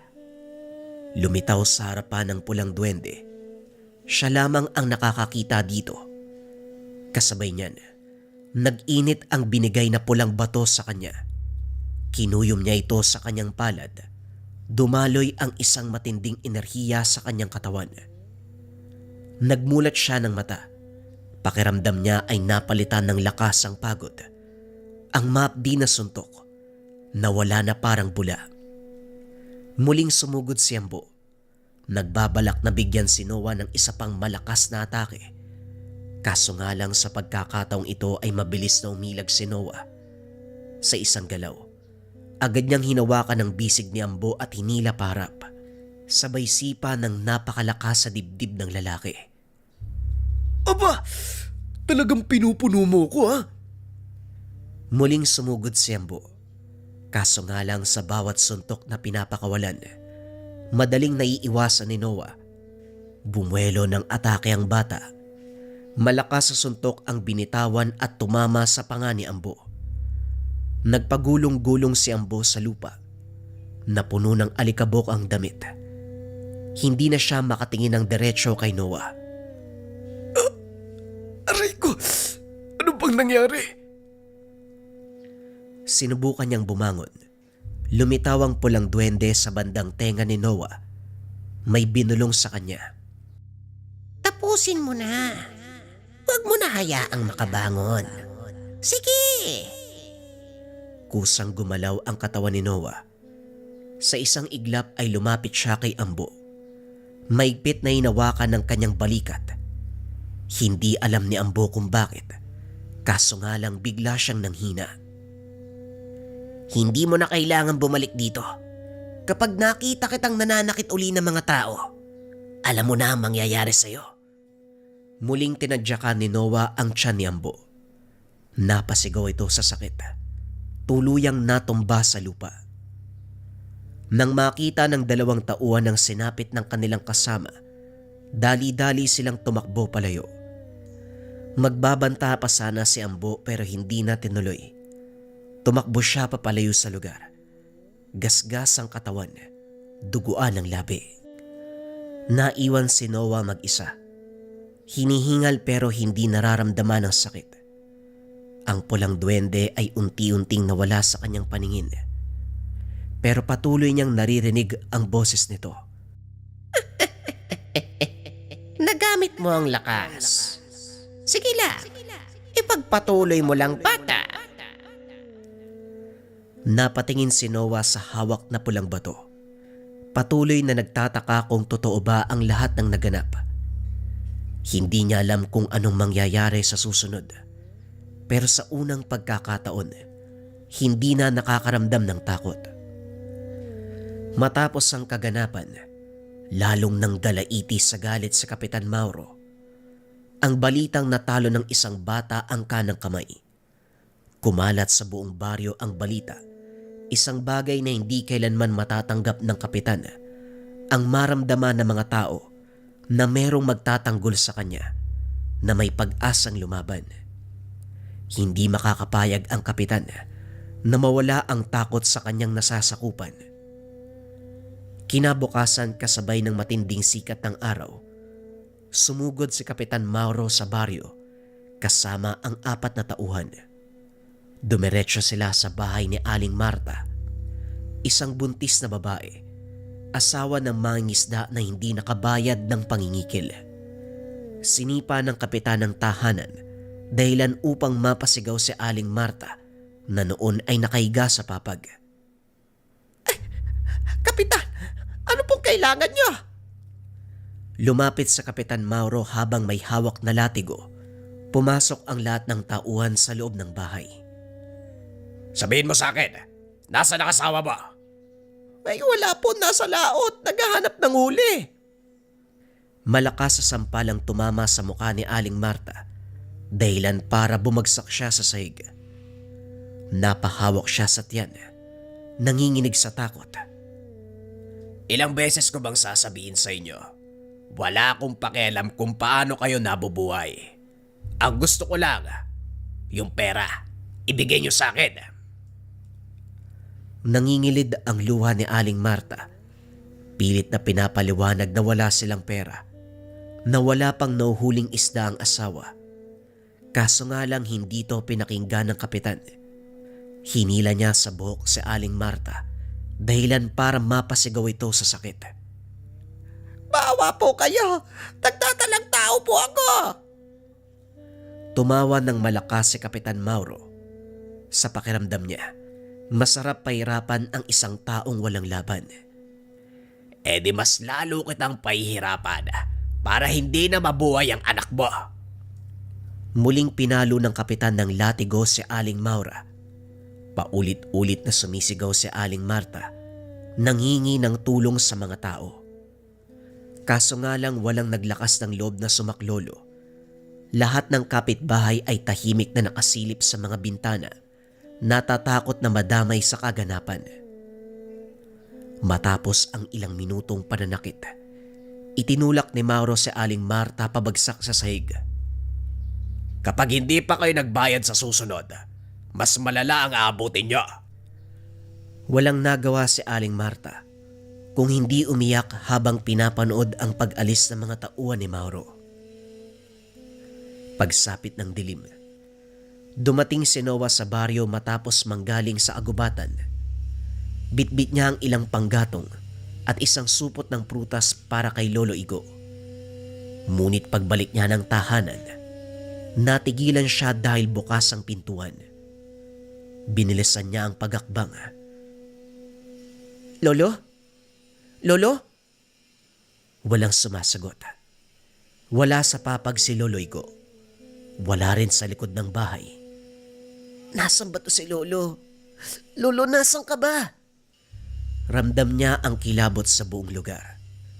Paglabas niya ng tahanan, isang kapitbayang lumapit sa kanya. Halos hindi makatingin ng diretsyo. Noah, kinuha ng mga tauhan ni Kapitan Mauro ang lolo mo. Hindi namin alam kung saan dinala eh. Basta kinuha siya eh. Hindi na nagaksaya ng oras si Noah. Mabilis siyang tumakbo papunta sa likod ng bahay, sa tapat ng punso, kung saan nakatagpo ang pulang duwende. Pula, magpakita ka sa akin. Muling lumitaw ang pulang duwende sa harapan. Anong kailangan mo? Kinuha nila si Lolo Igo. Hindi ko alam kung saan dinala. Tulungan mo kung hanapin siya. Hawakan mo ang pulang bato. Itoon ang isipan sa iyong lolo. Hinigpitan ni Noah ang pagkakahawak sa pulang bato. Lahat ng katangian ng kanyang lolo ay inalala. Mula sa mahinang tinig, ang mabagal na paglalakad, ang init ng kamay kapag tumatama sa kanyang ulo. Dumaloy ang kakaibang enerhiya mula sa mutya. Sumulpot ang isang imahe sa kanyang isipan. Madilim ang buong paligid. Nakahandusay si Lolo Igo. Maigpit ang pagkakagapos sa mga kamay. May pasa ang buong katawan. Nanginginig sa lamig. Alam ko na. Alam ko na kung nasan siya. Sa likod ng malaking kamalig ni Kapitan Mauro, malapit sa lumang gilingan naroon ng kanyang lolo. Pagkarating niya sa lugar ay naging maingat si Noah. Iniiwasan na makakuha ng atensyon ng mga bantay. Lumapit siya sa bukas na bintana at sumilip sa loob. Tama ang kanyang hinala. Naroon si Loloy ko. Nakasandal sa dingding. Hirap na hirap sa kanyang kalagayan. Hindi na nagpatumpik-tumpik si Noah. Huminga ng malalim at bumulong. Pula, kailangan ko ng tulong mo. Muli niyang naramdaman ang pagdaloy ng enerhiya sa mutya. Naging mas matalas ang pandinig. Mas bumilis ang kilos. Isang bantay ang nasa harapan ng pintuan. Bago pa ito makakilos, mabilis sa sumunggab si Noah mula sa likuran at tinamaan ito sa batok, dahilan para mawalan ng malay. Dito na siya nakapasok kung saan kinulong ang lolo.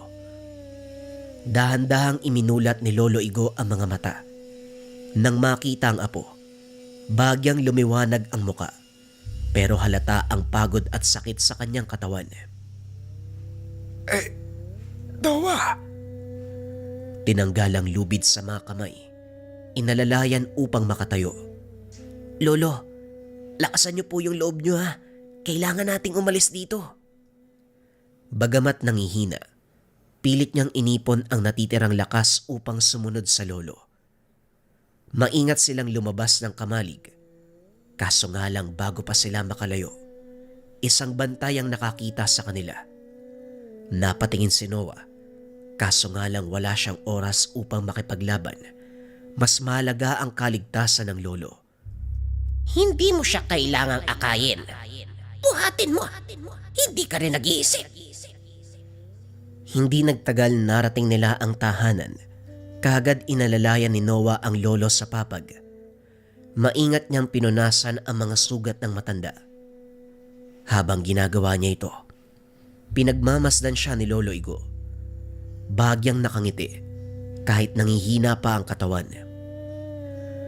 Maraming salamat, Apo. Pero kahit nakaalis tayo doon, siguradong babalikan nila tayo.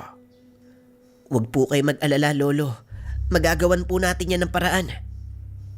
Sa gilid ng bintana, pinagmamasdan sila ng pulang duwende. Unti-unti nang nagbabago ang pag-uugali nito.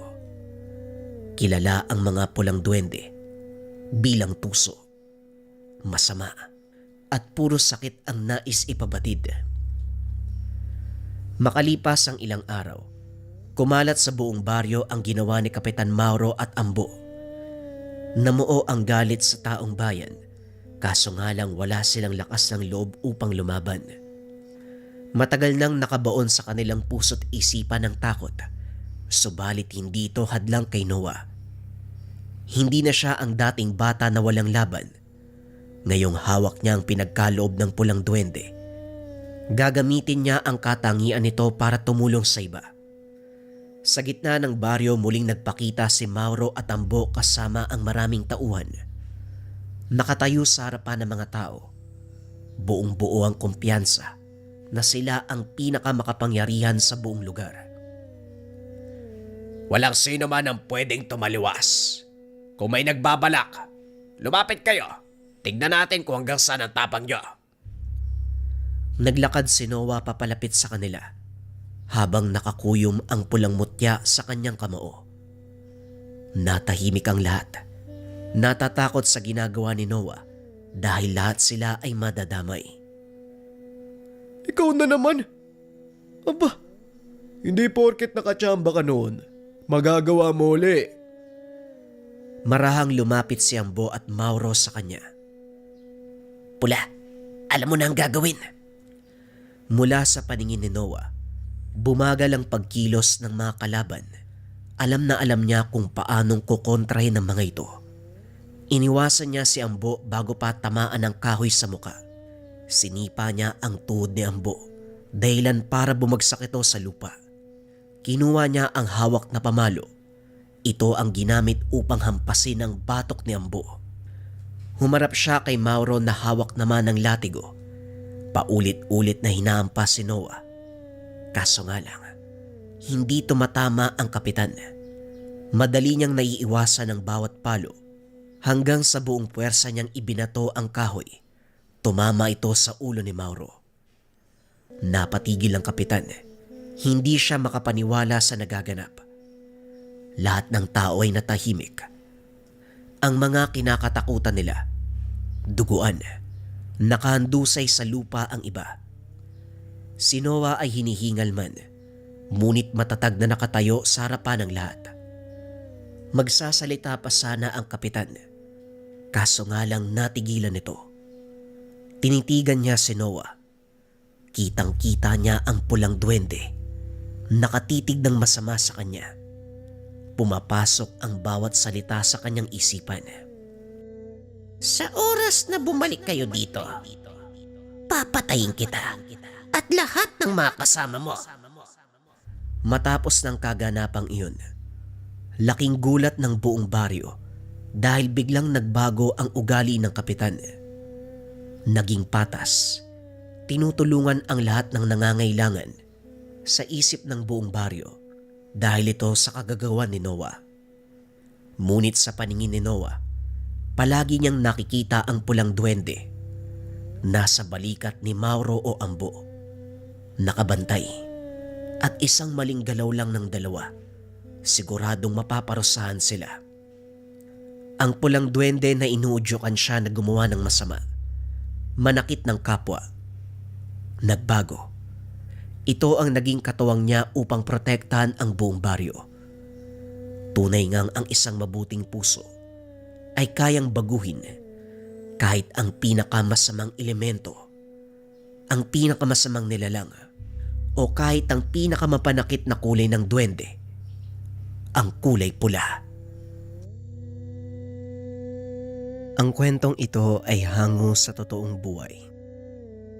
Mula ito sa isa nating kabayan na itago na lang natin sa pangalang Sibal.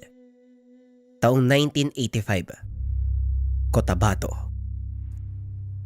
Lumad na taga Samar si Sibal, pero napilitang lumipat para asikasuin ang naiwang lupain ng mga magulang sa isang liblib na sityo ng Cotabato. Pagkarating niya roon, pinagtinginan pa ng mga tao dahil sa magarang suot. Nasa daan pa lang ay pinagtulungan na ng mga kawatan.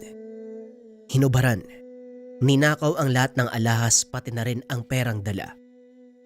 Nang mga sandaling ito, hindi niya alam kung saan na lamang pupulutin. Ngunit sa kabutihang palad, naraan siya sa isang taong may malasakit. Iho, pagpasensyaan mo na ang tahanan kong ito. Sa hirap ng buhay, nagtiis na lamang sa barong-barong ha. Pero kahit papano maayos pa naman. Merong pagkain dyan sa mesa. Kanin niya na kaninang umaga pa. May kape din kung gusto mo. Huwag ka na magtanong kung anong ulam dahil matagal na akong hindi nakakakain ng ganyan. Ako nga pala si Mang Amid. Anong pangalan mo? Wika ng matanda. Nagpakilala bilang Mang Amid. Isinuot muna ni Sibal ang binigay nitong damit. Pagkatapos ay nangingi ng gamot para sa sugatang kamay. Napasabak sa suntukan para sana iligtas ang sarili. Kaso nga lang naisahan pa rin ng mga kawatan. Mukhang galing ka sa syudad. Halata sa tindig mo. Huwag ka nang magtaka kung halamang gamot ang maibibigay ko sa'yo. Hindi uso rito ang ibang uri ng medisina. Halaman ang nagsisilbing lunas namin. Mabisa naman. Wala pang masamang epekto sa katawan. Habang hinahanda ni Mang Amid ang mga halamang gagawing gamot, nagtaka si Sibal nang mapansin ang bawat sulok ng tahanan. Maraming maliliit na bote sa tabi, mga ugat at sanga at kung ano-anong kahoy, mga dahon, at ang nakakaagaw ng pansin ang mga patalim. Manong, nangangaso po ba kayo mga ngatay? Ang dami niyong patalim. Tanong ni Sibal. Sinulya pa ng matanda ang mga patalim sa sulok. Tumawa ito at saka sumagot. Wala sa nabanggit. Pero pwede rin kasi ang ginagawa ko, manghuhuli. Mga ngatay, hindi nga lang hayop. Kumunot ang noo ni Sibal. Bigla ring kinabahan dahil minsang naikwento ng yumaong ama kung gaano karami ang masasamang loob sa lugar. Pabalik-balik na ang tatay niya rito at may ilang beses pang kamuntikang pagkaisahan. Ay nako, pasensya na kung ibang naisip mo sa sinabi ko ha. Pero nagkakamali ka ng intindi. Hindi ako mamamatay tao kagaya ng naririnig mo. Pero tama ka naman, marami ng kasong patayan sa lugar na ito. Pero hindi yun ang tinutukoy ko. Siguro naman, nakarating na sa pandinig mo ang tungkol sa mga aswang, hindi ba? Ang mga nilalang na ito ang tinutugis ko. Kinakatay para mahinto ang kasamaan. Naniwala naman si Sibal, lalo na nang makita ang anting-anting na nakasabit sa leg nito. Meron din sa sulok ng tahanan. Pasensya na po kayo sa naisip ko. Hindi lang maiwasan eh. Dayo kasi. Oo nga pala. Ano bang sadya mo rito? Yung ganyang itsura kasi parang malabong tumungtong sa ganitong klaseng lugar. Alagad ka ba ng batas? Nandito ka ba kasi naghahanap ng mga masamang loob? Ay hindi naman po. Nabili kasi ng angka namin ng lupa malapit dito. Sumakabilang buhay na mga magulang ko, kaya ako naiwan para mag-asikaso. Ang totoo, hindi pa ako nakakarating sa dapat puntahan eh. Hinarang kaagad ako ng mga tulisan. Nako, hindi na bago ang ganyang kaso rito. Marami talagang loko-loko. Kapag nakakita ng taong may suot na mamahalin, susundan para pagdakawan. Yung mga negosyante nga iba yung pag-iingat ng ginagawa para makaligtas sa mga tulisan. Ano, wala bang tinira sa'yo? Wala po. Damit, pera, alahas, lahat kinuha. Binugbog pa ako. Akala ko nga mamamatay ako eh. Mabuti napadaan kayo, maraming salamat to. Walang anuman iho. Nga pala kumain ka na. Kanina pa ang tanghalian eh. Baka sa mukha mo ang gutom mo. Pagtiyagaan mo na lang kung anong meron sa mesa. Habang kumakain, sinamantala ni Sibal ang pagkakataon na pagmasda ng matanda. Magaan ang pakikitungo nito. Wala siyang nararamdamang panganib. At kahit barong-barong lang ang tahanan ay maayos naman. Pagkatapos niya sapag ay nagpaalam na. Sinamahan na rin siya ni Mang Amid sa pag-aalala na baka pagkaisahan na naman ng mga tao roon, lalong-lalo na bago ang muka. Malapit lang sa tahanan ng matanda ang lupaing pagmamay-ari ng angkan. Ilang minutong lakaran lang. Pagdating doon, napailing si Sibal dahil nagmistulang kagubatan ang hekta-hektaryang lupa. Walang malinis na bahagi bukod sa daan. Iho, hindi ko alam na ito pala ang pagmamay-ari nyo. Ilang taon na nakalipas eh. Magmula nung huli kong napansin na merong dumalaw. Ano ba ang plano mo? Sa laki ng lupa, pwede ka magpatayo ng kung ano-ano. Kaso nga lang, mahirap ang estado ng pamumuhay dito sa lugar ha. Anong balak mo? Ay, pasensya na ha. Marami akong tanong. Natahimik si Sibal. Napaisip sa tanong ng matanda. Pumarito siya na walang ideya kung ano ba ang gagawin sa lupa. Ang sinabi lang ng yumaong ama, asikasuhin ito. Walang malinaw na utos. Wala ring kapatid na mapagtatanungan. Siguro ibebenta ko na lang ho. Hindi ko naman gusto magnegosyo eh. O kahit manatili sa lugar na to. May buhay kasi ko sa amin eh. Kung sa bagay, kahit ako nga na taga rito minsan naiisip na mag-ibang lugar. Kaso wala namang mapupuntahan. Sinuri nila ang buong lupain. Makalipas ang ilang sandaling paglilibot, bumalik sila sa tahanan ni Mang Amid. Bilang bisita, naupo lamang sa bakuran si Sibal. Nagkakape habang tinatanaw ang kapatagan sa harapan. Aligaga naman si Mang Amid sa mga gawain. Paglipas ng mga minuto, napansin ni Sibal ang isang lalaki na mabilis ang paglalakad pero sa sandaling napatingin sa kanya ay biglang huminto. Akala niya nagkataon lang, ngunit nakakailang ang pagtitig kahit nasa malayo. Akmang lalapit na sana, Nagmamadali siyang tumayo at pumasok ng tahanan. Tumigil ang lalaki at nagpatuloy sa paglakad. Hindi niya alam kung anong meron, pero dama ang pagiging kabado. Iho, may nakita ka bang tao sa paligid? Parang may napansin kasi ko eh. Wika ni Mang Amid. Kakagaling lang nito sa likod ng bahay. Meron po. Pero umalis din kaagad eh. Dumaan po siya dun oh. Tumingin pa nga dito eh. Ganun ba? Iyo, mas mabuti siguro. Huwag ka munang lumabas o maglakad-lakad kahit sabihin pang malapit lang. May mga bagay na mahirap paniwalaan. Alam mo naman ang tungkol sa aswang, hindi ba? Sa lugar na ito maraming ganyan. Kung saan-saan sumusulpot. Wala ka namang ibang kakilala rito, ano? Mas mainam na dumito ka na lang sa bahay. Ako nang bahala sa'yo.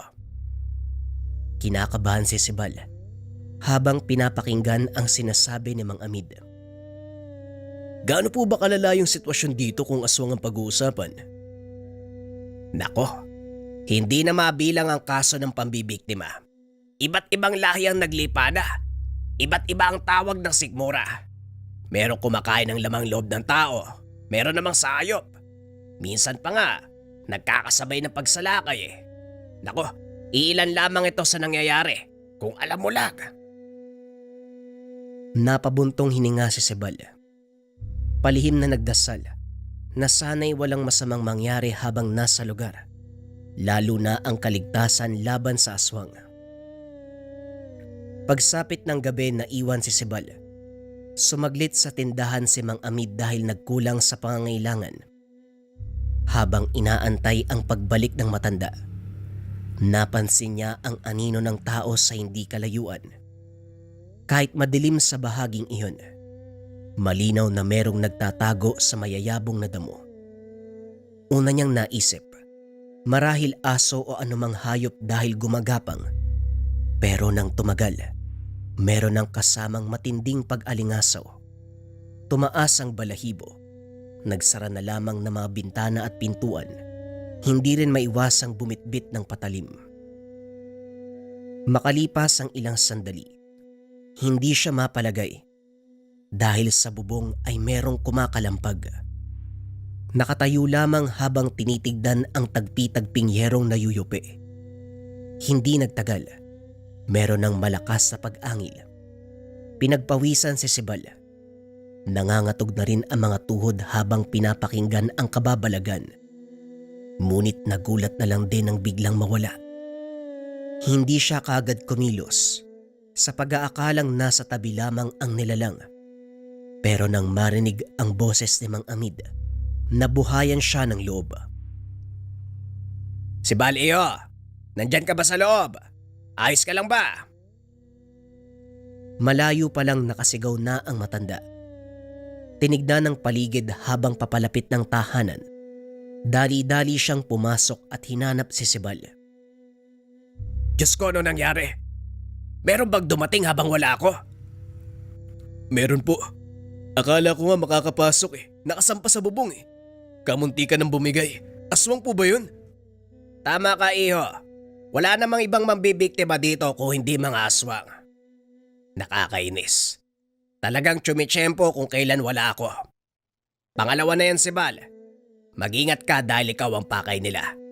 Bago ka lang sa lugar na ito, kaya mainit ka sa mata nila. Teka Mang Amid. Hindi ba marami kayong kalaman sa pagpuksa ng aswang? Bakit hindi nyo nalang patayin? Natatakot na po kasi ko eh.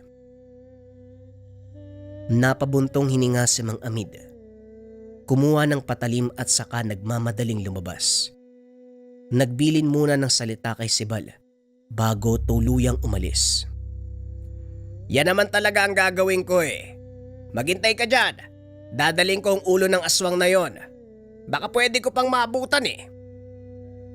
Tumango na lamang si Sibal. Pero muling kinabahan dahil mag-isa na lamang uli. Nagtago na lamang siya malapit sa lagayan ng patalim para kung sakali ay merong madadampot na panlaban. Sa kabutiang palad, walang nangyari. Nakabalik din ang matanda pagkalipas ng ilang sandali. Magdamag na nag-abang si Mang Amid. Hindi rin makampante dahil ito pa lang ang unang pagkakataon na maranasan ang ganitong sitwasyon kapag merong bisita. Walang aswang na nagkukusang lumapit sa kanyang tahanan. Hindi kagaya ngayon. Hindi rin maiwasang mapaisip sa katauhan ni Cebal. Sa katunayan, nakita niya ang binata sa terminal. Lumuwas siya sa lungsod ng kapatid at tamang nagpang-abot sa babaan. Doon pa lamang, nararamdaman niya na ang kakaibang enerhiya ng binata. Isinawalang bahala na lang dahil hindi ito kilala. Hanggang sa napadpad sa kanyang tirahan, napapaisip kung nagkataon lang ba ang lahat. Wala naman sigurong atraso yung taong to sa isang aswang. Bagong dating lang dito sa lugar. Pero bakit natipuan kaagad ng nilalang? Hindi kaya lapitin si Cebal?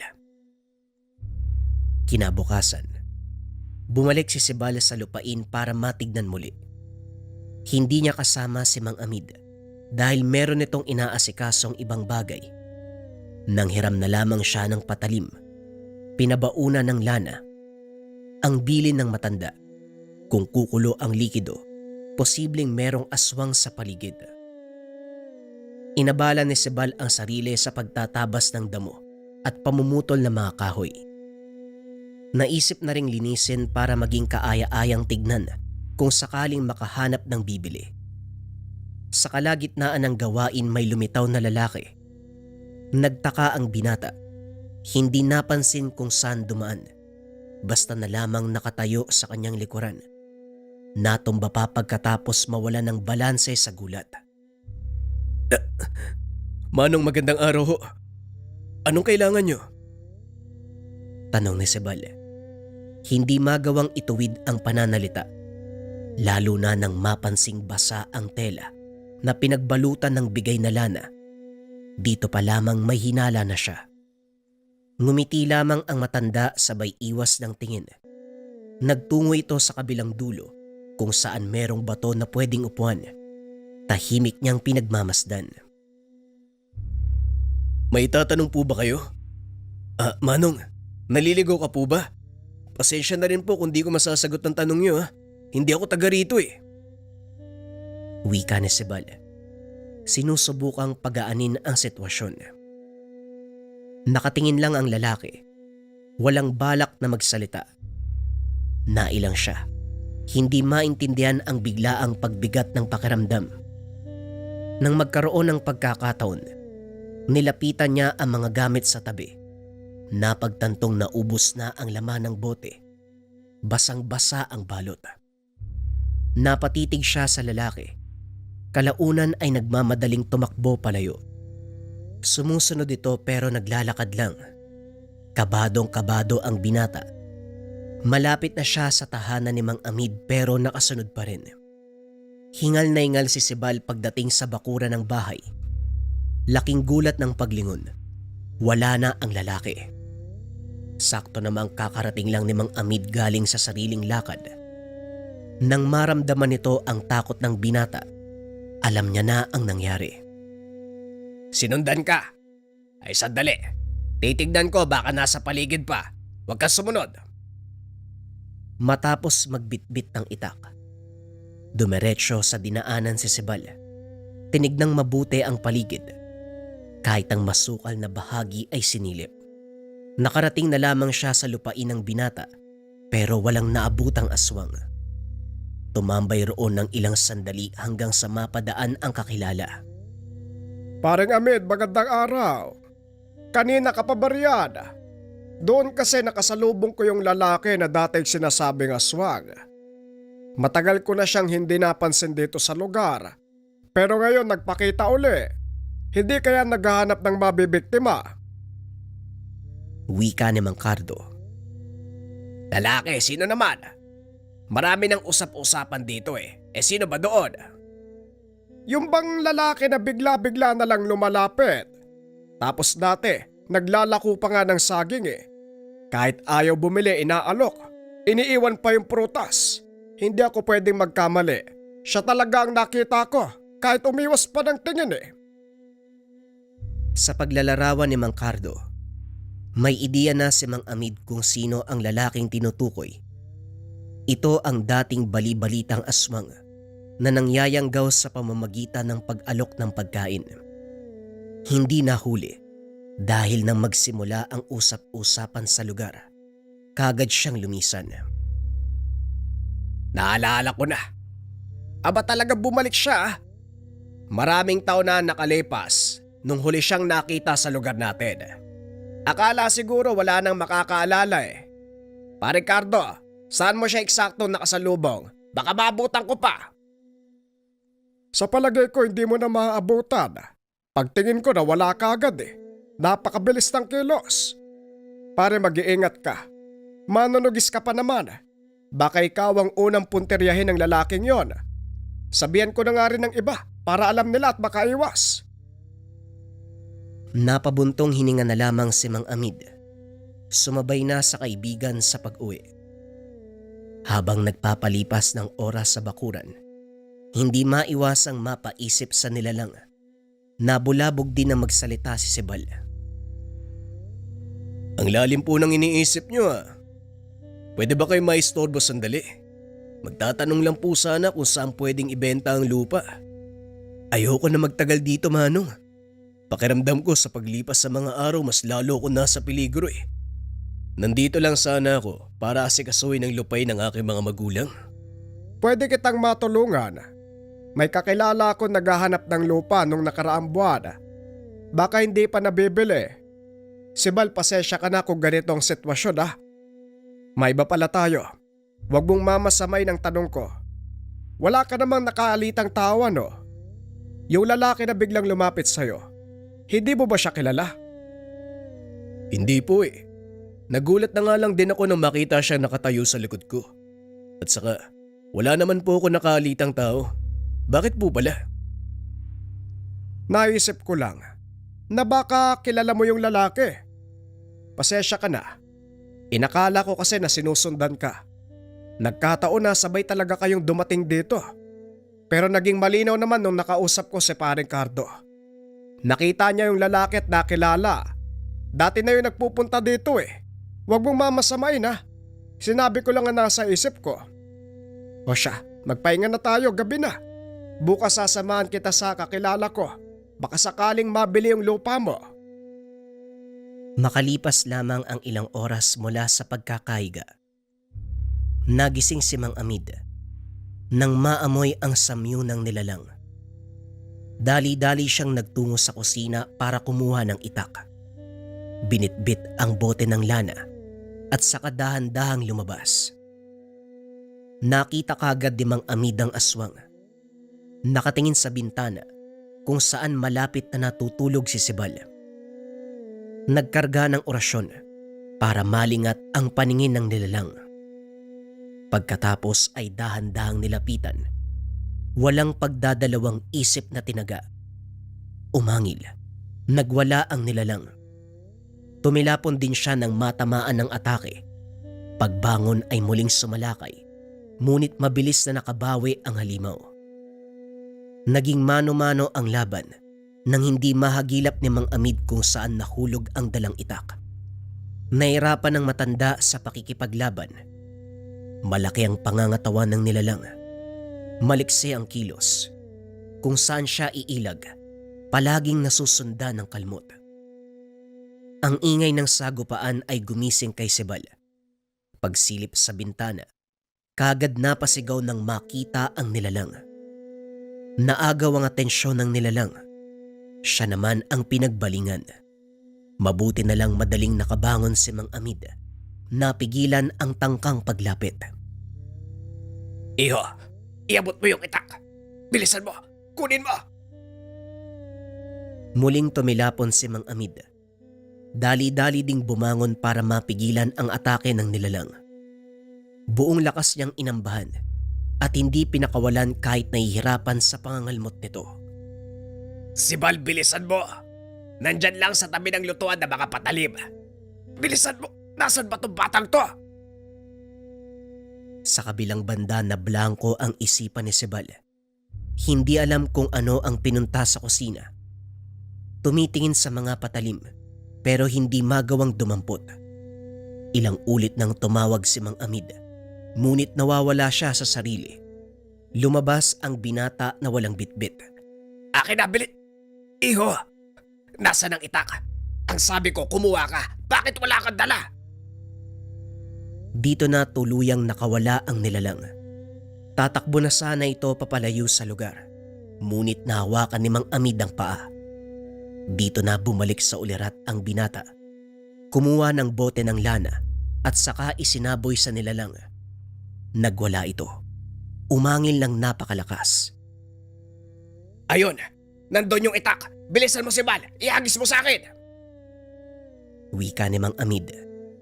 Tinaga niya ang aswang, paulit-ulit upang masiguradong malagutan ng hininga. Hindi nagtagal, wala na itong buhay. Nakahandusay na lamang sa lupa. Wakwak ang tiyan. Sisibala sa kabilang banda. Hindi makatingin. Nasusuka sa nakabalandrang katawan. Kagad namang inasikaso ni Mang Amid ang pagliligpit nito. Dinala sa kalagitnaan ng mismong lupain ng binata. Naghukay at doon sinunog. Pagkatapos ng ilang oras, nang maging abo ang katawan ay tinabunan ng lupa, tinambakan ng mga dahon at sanga ng kahoy. Samantala, tahimik lang si Sibal habang pinapanood ang ginagawa ng matanda. Sa isip nito, hindi siya makapaniwala na ang pagsadya sa lugar makakasaksi ng pangyayaring halos ikapahamak.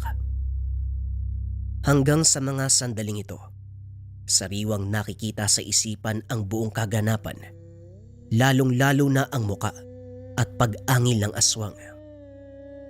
Iho! Mas malalim pa sa inukay ko yung nasa isip mo Alam kong nabigla ka sa mga nangyayari. Pasensya ka na. Kung magtatagal ka pa sa lugar na ito, posibleng maranasan at masaksiyan muli ang ganito. Pero ipapayo ko, umuwi ka na sa lalong madaling panahon. Malapit na rin akong umalis dito Bukas na bukas sasamahan kita sa mga lakad mo para maasikaso kagad ang lupang ibebenta. Oo. Ganun nga po talaga, Manong. Hindi na talaga ako magtatagal sa lugar na to. Kapag nabenta ko ang lupa, aalis na ako, Manong. Mamamatay ako dito Yan ang pinakatama mong gagawin. Hindi natin alam ang takbo ng panahon. Mas mabuti nang umiwas para makasigurado tayo. Kinabukasan, inasikaso nila ang paghahanap ng bibili ng lupa. Kaso nga lang walang may gusto ng lugar. Matapos ng lahat ng kaganapan ay bumalik sila sa tahanan. Ang huling desisyon ni Sibal, bumalik na lamang sa pinanggalingan. Nagkaroon pa ng problema dahil walang pamasahe. Ninakaw ang lahat pagdating niya sa lugar. Huwag mo nang alalahanin yan. Meron pa akong naitabi rito. Baka magkasya pa para makauwi ka. Hindi pwede ang tumanggi Kakailanganin mo to. Bayaran mo ako kapag nakabenta ka na. Sa kabilang sityo lang naman din ako lilipat. Madaling hanapin dahil maraming nakakakilala sa akin. Mag-iingat ka sa biyahe, iho.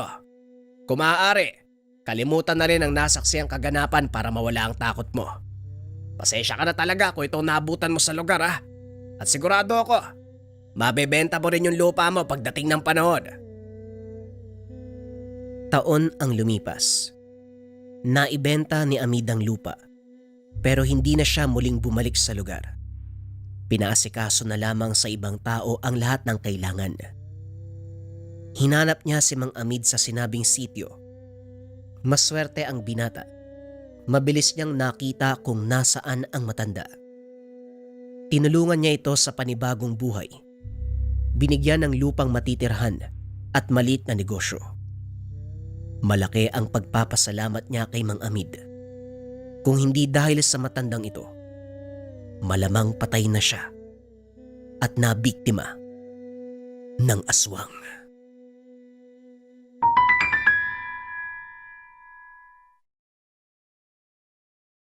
Nung sinuot yung marahuyo bracelet ng isa nating kabayan, na ospital kinabukasan yung nangungulam sa kanila. Nangyari yung patotoo mga kabayan during live stream natin. Isa sa mga kabayan natin yung nagpatunay sa bisa ng marahuyo. Nung una medyo nagdududa pa sa bisa ng marahuyo natin pero Nung napatunayan yung bisa, sobrang dami niyang message during live stream. Sobrang laki ng tiwala sa Maracuyo bracelets natin. Biruin yun mga kabayan. Kinabukasan, na-hospital kagad yung nangungulam sa kanila. Ang bisa kasi ng Maracuyo bracelet natin ay depensa espiritual. Kontra kulam, barang, tigalpo, palipadangin, usog, o namang masamang uri ng sumpa. Pero bakit na-hospital kabayan kung pang depensa to? Nandito rin kasi yung rebuelta o sumbalik. Kung ano man yung sumpa na ibinigay sa inyo, ibinabalik doon sa taong nagbigay. We have 2 colors available, glossy black and brown. Kung interesado kayo dito sa Maracuyo bracelet natin, i-visit nyo lang yung shop ng Lika Merchandise or tignan kung may yellow basket dito. Kapag wala, pakisearch na lang Lika Merchandise kasi mabilis ma-out of stock to. Yan lamang mga kabayan, mag-ingat sa mga scammers.